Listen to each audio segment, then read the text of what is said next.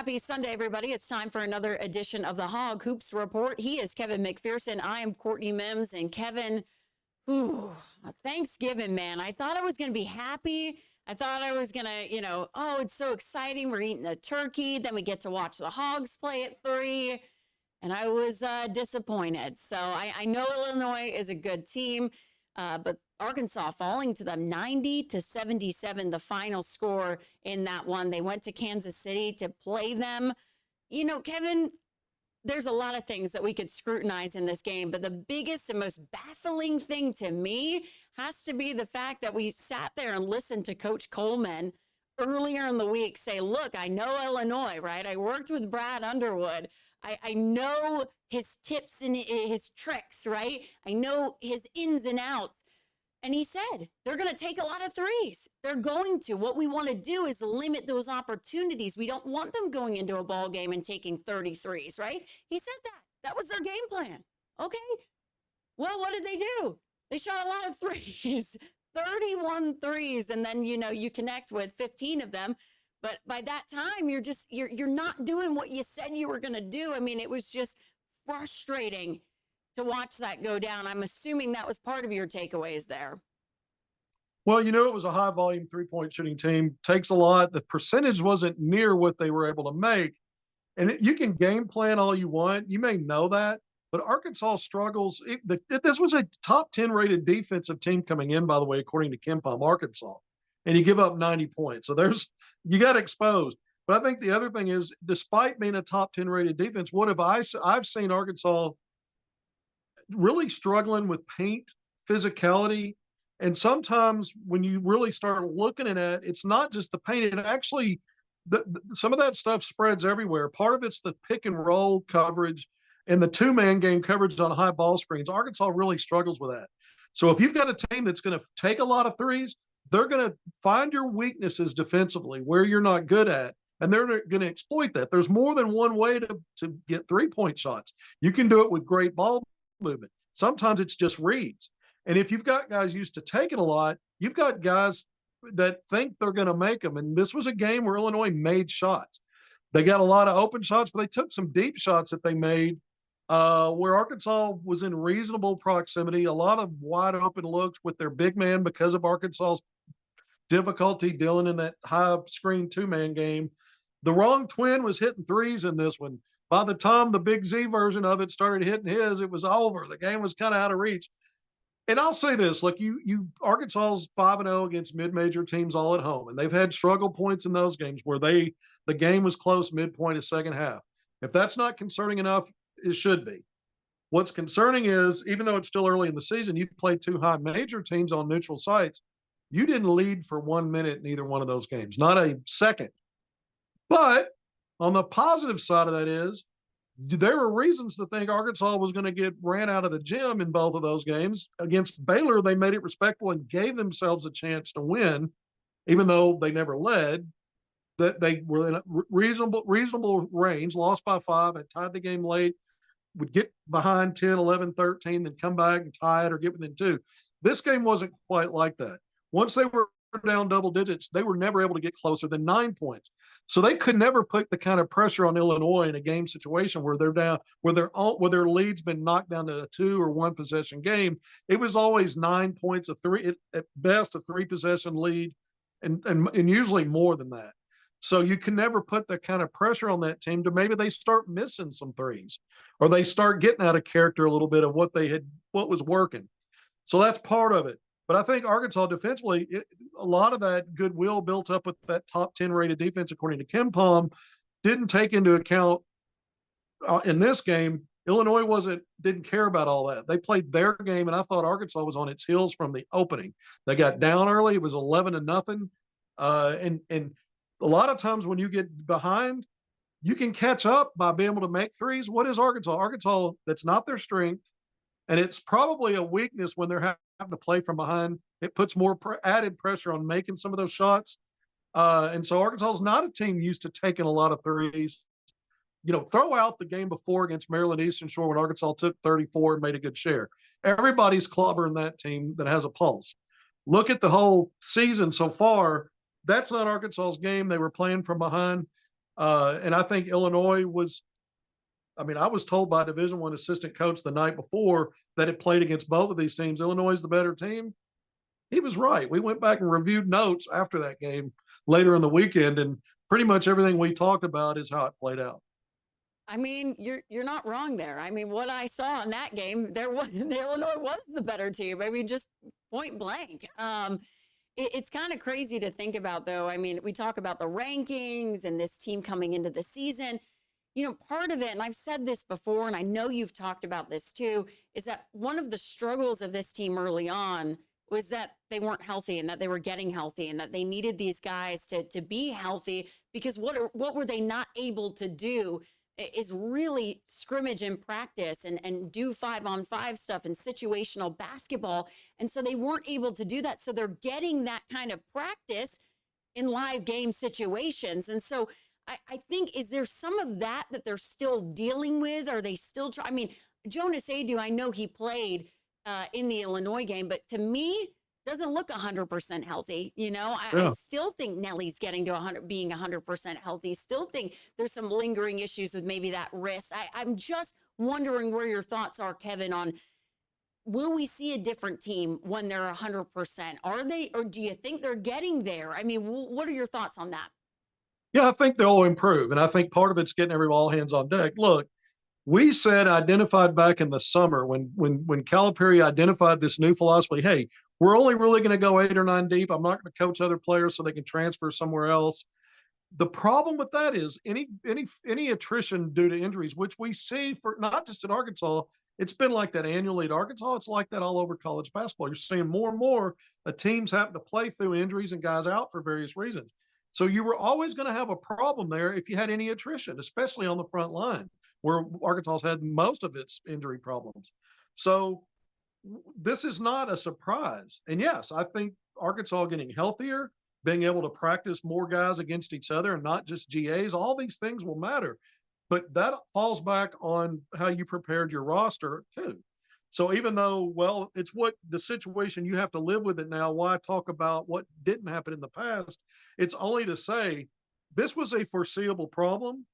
And just because it is the hand you're dealt with, you've got to fix it regardless if you should have done something differently or not, because people are looking at results, right? So it's still early in the year. Basketball's not like college football where a couple of bad losses, you're done. There's Arkansas's got an opportunity to not only right the ship, pick up a ton of quad one wins once they get in SEC play. But, you know, they've still got some meaningful games in non-conference. They're all meaningful if you lose.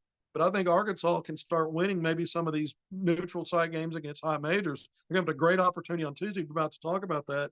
But I do think getting a Jonas Adu back healthy, just for one example, changes your outlook on your rebounding, your physicality in the paint, some of the things, some of the defensive stuff that even though Big Z can block shots, he's kind of a movable 7-2 guy. You can bump him out of your way. He's not going mano a mano physically with guys. That's not a knock on him. It's just part of what he brings to the table right now or doesn't bring.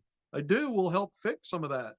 The thing with Nelly Davis, he doesn't look comfortable in Arkansas structure on offense. The wrist injury and being out for 3 weeks, it may be partly still dealing with getting confidence with the wrist and his mechanics. But the other part is when you're out that long coming from a different system, maybe he's still acclimating on, because he looks like a lot of times he's not sure where he's supposed to be. And then when he has the ball, he is a lot of times hesitating and then deferring. You're seeing 3 of Arkansas's last 4 games. He's taken 5 or fewer shots. He wasn't brought here to be Arkansas's leading assist guy. He was against Illinois, 6 assists at 2 points, led the team in assists. He wasn't brought here to be the top facilitator. He was brought here for scoring production and getting shots up. And so some of that, part of it's probably being out because of the injury, but I think part of it too is trying to figure out how he fits. And again, going back to Illinois, that's almost a brand new team. That's a team full of newcomers. A lot of college programs are like that now because the portal and these other factors, it's just you turn over a lot. And they look like a midseason form kind of play, some of their games so far. Arkansas hasn't got, not really, Arkansas looked its best in a charity exhibition game against Kansas that was undermanned back in October. Over a month ago, which is kind of scary when you think about how that was the case a year before when Arkansas went 16-17 and knocked off Purdue in a charity exhibition game. So you don't want that Don't kind of symmetry rolling through your season, man. don't say that, Kevin, because I Well, wanted. I thought about that. I did think about that, and I went, oh no, this is. And I told people because I said, don't hit the panic button just yet, right? Don't hit it no, immediately. Oh my gosh, we need to hit the panic button. But as we go through non-conference, right, you start to learn a lot about this team, and that's where you start to go as you get further and further into it, and you see how these other SEC teams are doing, and you go, okay, okay, all right, when is it going to click? When is something, that's where yeah. you start to get nervous. But you're right. Let's talk about what's upcoming. And you said a great opportunity to right the ship come this Tuesday in the ACC SEC Challenge. And Arkansas, that was announced months ago, right? That it got announced that they were going to be playing Miami and that. And when that first got announced, I went, oh, that could be a really fun matchup, a really competitive matchup.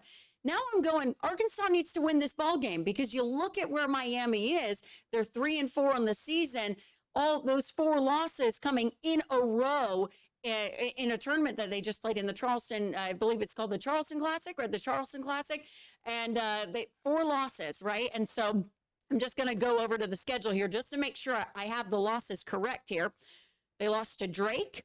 They lost to Oklahoma State.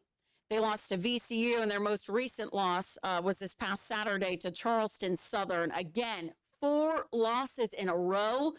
I know Miami fans are upset over it. I know Miami fans are, they're hitting the panic button right now. They're going, what is going on with this team? So this is a great opportunity for Arkansas to get a win, like you said, over a Power 4 team. And so, Kevin, what do you feel going into this matchup?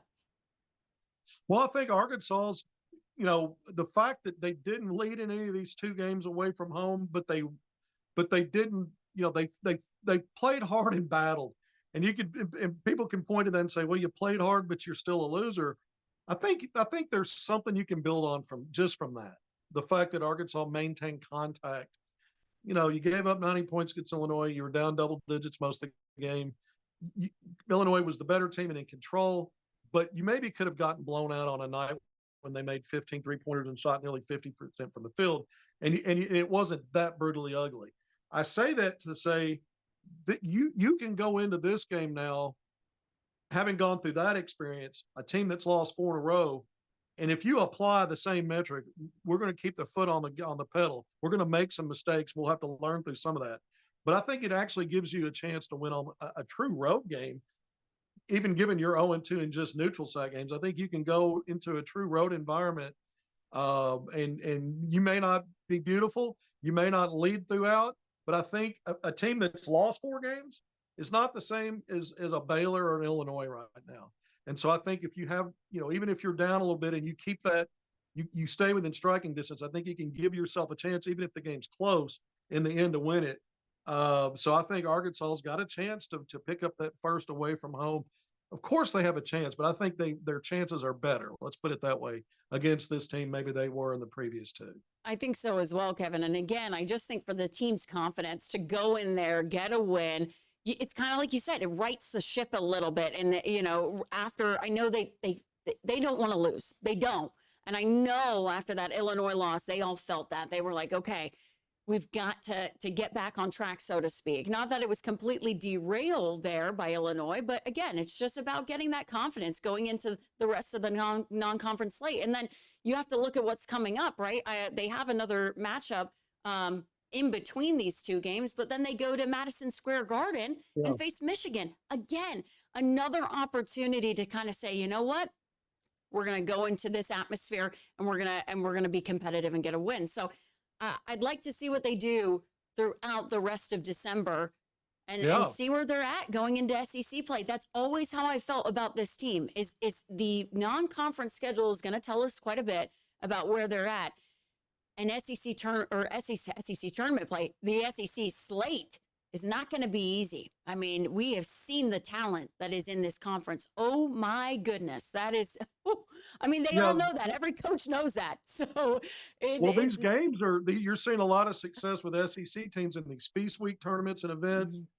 The SEC's for real. We already knew that, but they're kind of proving it right now. Yeah. And I would say this: Arkansas does not look like a cohesive team to me. They look like a collection of individual talents that are still figuring a lot out. We talked about different difficulties in the two-man game defensively. On offense, it's zone defense.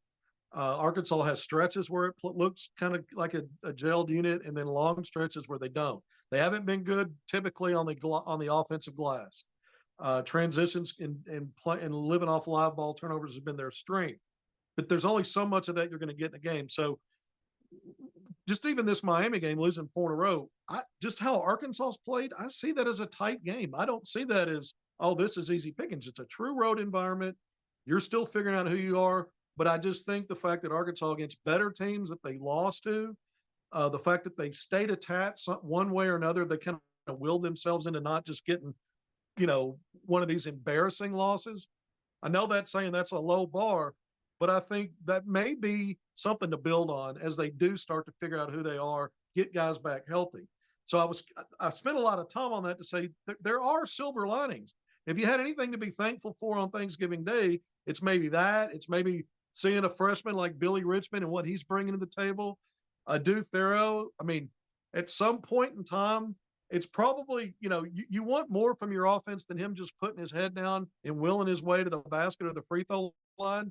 But that's probably right now, because you're not a cohesive unit, that's probably keeping you from being beaten by 25 or 30 in some of these games. So there's a lot Arkansas can build on. But if this next 3-game stretch, if you can win at Miami, come back, you should beat Texas San Antonio at home on a Saturday. Then you're back for a midweek game in that Jimmy V Classic against Michigan and Madison Square Garden in New York City, where you and I got to cover the NBA draft. By the Yeah. way, Yeah. all right, Yeah, we've been there. we know. were in Brooklyn for that, but it was like, I mean, it was still awesome. I've never been to Madison Hey, Square it's one of Garden, the so 5 boroughs. It's New York City, oh, so for sure. I'm just saying, yeah, I don't yeah, want yeah, any Brooklyn people to hate on me there. They're like, the draft was in Brooklyn. right. So No, but so it's a big stage, regardless, and yeah. it's a Big Ten team in Michigan. So if you could sweep those games, I'm not predicting that right now. I haven't seen enough from this Arkansas team to say, yeah, they're going to go 3-0. But if they do that, I think that phrase "riding the ship." I think you're pointing it definitely in the right direction. You're getting some momentum to finish out December and move into SEC play. Absolutely. And I don't want anyone to say that, look, I said they should beat Miami because of where they are right now. I just really Yeah. feel like Arkansas can go in there and prove something. But I agree with you, Kevin, because if you look at Miami's losses in that Charleston Classic, in that Invitational, I mean, they weren't blowout losses, I mean, Oklahoma State, 6 points, right? VCU, 7 points. Charleston Southern, 4 points. Right. So I mean, they're not large margins. So I agree with you there. I think this Yeah, could be a close game. They're kind of snatching defeat from the jaws of victory, maybe in some of those games. Exactly. And again, That I'm could be not. dangerous. Yeah.